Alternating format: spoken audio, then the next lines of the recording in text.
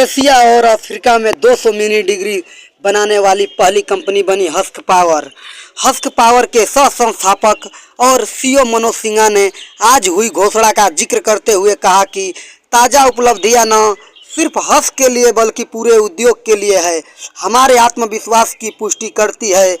हमें इस बात का भरोसा है कि हम और अधिक संख्या से सौर मिनी डिग्री बनाने में और एशिया तथा अफ्रीका में सार्वभौमिक विद्युतीकरण का लक्ष्य हासिल करने में अहम योगदान करेंगे।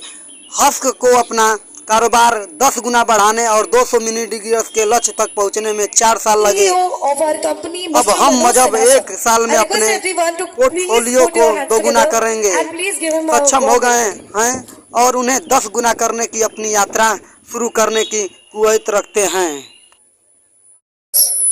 Members of the press and most importantly Team Husk. It is a great honor to be here in front of you because I had a dream. I had a dream about 15 years ago to bring 100% renewable energy to the rural parts of Bihar, my home state. And that's where I started the journey. And it is truly a great honor to be here to make our biggest announcement so far in the history of Husk, which is we have just completed 200 mini-grids in India plus Africa. Thank you, which makes us the world's biggest mini-grid company. And what I'm really proud of as far as Dream is concerned is a Bihari company goes global.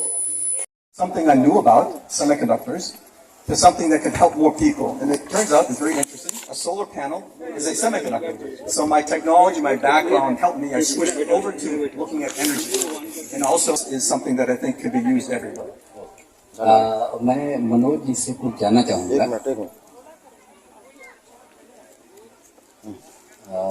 मैं मनोज जी से जानना चाहूँगा कि आपको यह कैसे लगा कि इंडिया में भी इसकी ज़रूरत है? सबसे पहले मैं हिंदी में बोलूँगा। सबसे पहले तो मैं बिहार से हूँ। बिहार में पैदा हुआ, वहीं पे बड़ा हुआ। जब हम वहाँ पे पल बढ़ रहे थे तो हमारे गांव में बिजली नहीं थी और पढ़ाई मैंने की है यहीं बनारस से ही इलेक्ट्रिकल इंजीनियरिंग में। उसके बाद मैं अमेरिका चला गया, वहाँ पे भी इलेक्ट्रिकल किया। तो लेकिन मेरा दिल नहीं माना कि मैं अमेरिका तो चला गया, लेकिन जो प्रॉब्लम है, जो बिजली नहीं मिलती है, उस समय बिजली बिल्कुल ही नहीं थी। अब तो बिजली है लेकिन कम है, तो उसको बिना सॉल्व किए मैं कैसे अपने देश को छोड़ के जा सकता हूँ। वो मेरे लिए इंस्पिरेशन था कि मैं अपने लोगों के लिए अगर प्रॉब्लम सॉल्व नहीं कर सकता हूँ तो फिर दुनिया में और क्या करने की जरूरत है। So that was my inspiration to start Husk Power Systems, to solve the problem that impacted my hometown in Bihar. I'm from Nalanda area in Bihar. And it impacted my neighboring state like Jharkhand, like UP, and it impacted the rural parts of the world. If you add all the people around the world, it actually impacts even today 3.5 billion people, which is half the Earth population. That's the scope of the problem that got me excited. And that's why I created this decentralized way of electrification. And I didn't want to electrify or bring electricity to people with coal or with fossil fuel, right? Not with diesel. I wanted to bring clean energy in people's life so that the AQI or the air that you breathe is not bad. I want to make sure that your AQI and my AQI is less than 100 and you still get 24/7 power.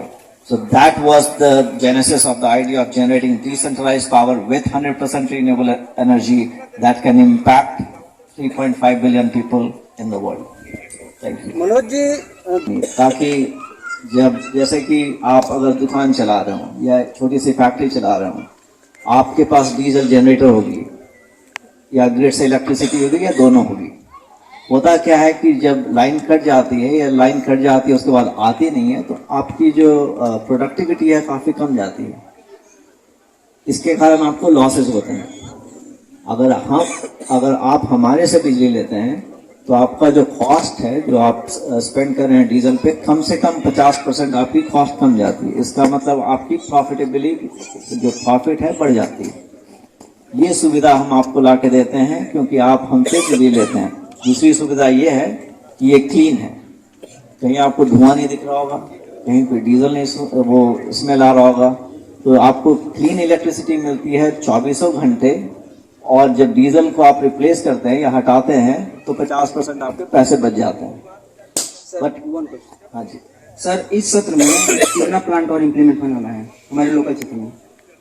तो हर क्षेत्र में हम 50 kilometre के radius में कम से कम 20 plant डालते हैं।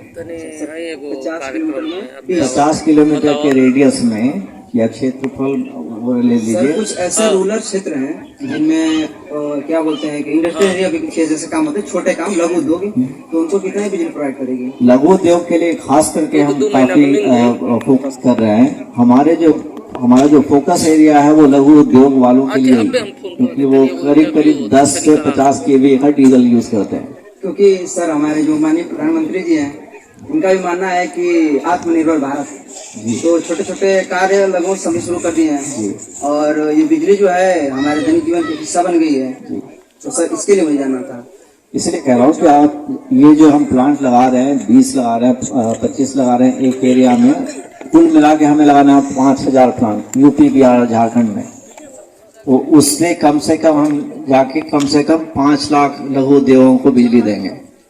तो ये सुविधा आपको मिलती है ताकि आपको डीजल पे डिपेंडेंस नहीं रहे, ताकि आपका पैसा कम खर्च हो बिजली पे। सर ये जो 5 लाख का है टारगेट, ये कब तक अचीव होगा?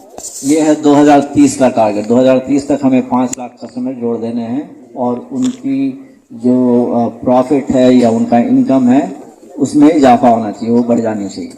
सर, ये जो आपका इब्राहिमाबाद में लगा है, इससे आप कितने घरों को जो है बिजली उत्पन्न करके दे सकते हैं और कितना लाभ पहुंचा सकते हैं, कितने लोगों को यहाँ से?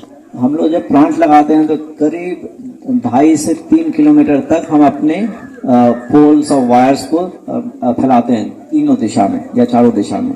उसमें जितने भी घर और लघु उद्योग आ जाए उनको सबको कनेक्शन देते हैं। तो कम से कम हम 300-400 को तो दे ही सकते हैं, उससे ज्यादा भी दे सकते हैं। अच्छा, कितना मतलब सर कास्ट आएगी इनकी, ग्रामीण क्षेत्र का है, क्या बिजली जो सरकार दे रही है उससे महंगी होगी या आपकी सस्ती होगी? तो हमारी बिजली को आप कंपैरिजन कीजिएगा तो सरकारी बिजली और डीजल दोनों आप यूज करते हैं, क्योंकि हम लोग ज्यादातर दुकानदारों को सप्लाई करते हैं कि दुकानदार या लघु उद्योग वाले हमसे कनेक्ट